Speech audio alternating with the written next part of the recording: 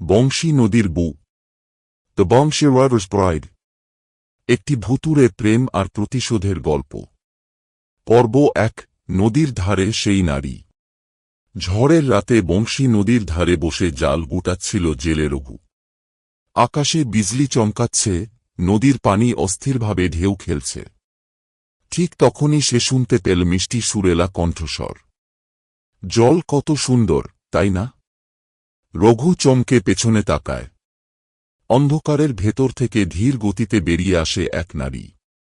তার গায়ে লাল শাড়ি, ভিজে চুল, আর মুখটা এত সুন্দর যে রঘু মুগ্ধ হয়ে তাকিয়ে থাকে। তুমি কে? রঘু জিজ্ঞাসা করল।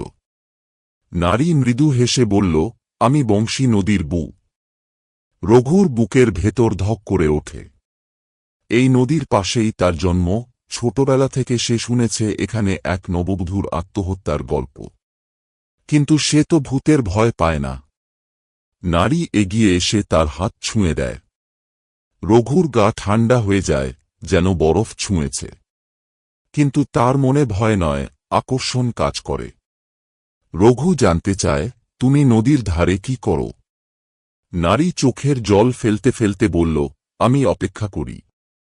আমার প্রতিশোধের সময় এসেছে। হঠাৎ প্রবল বাতাস উঠল।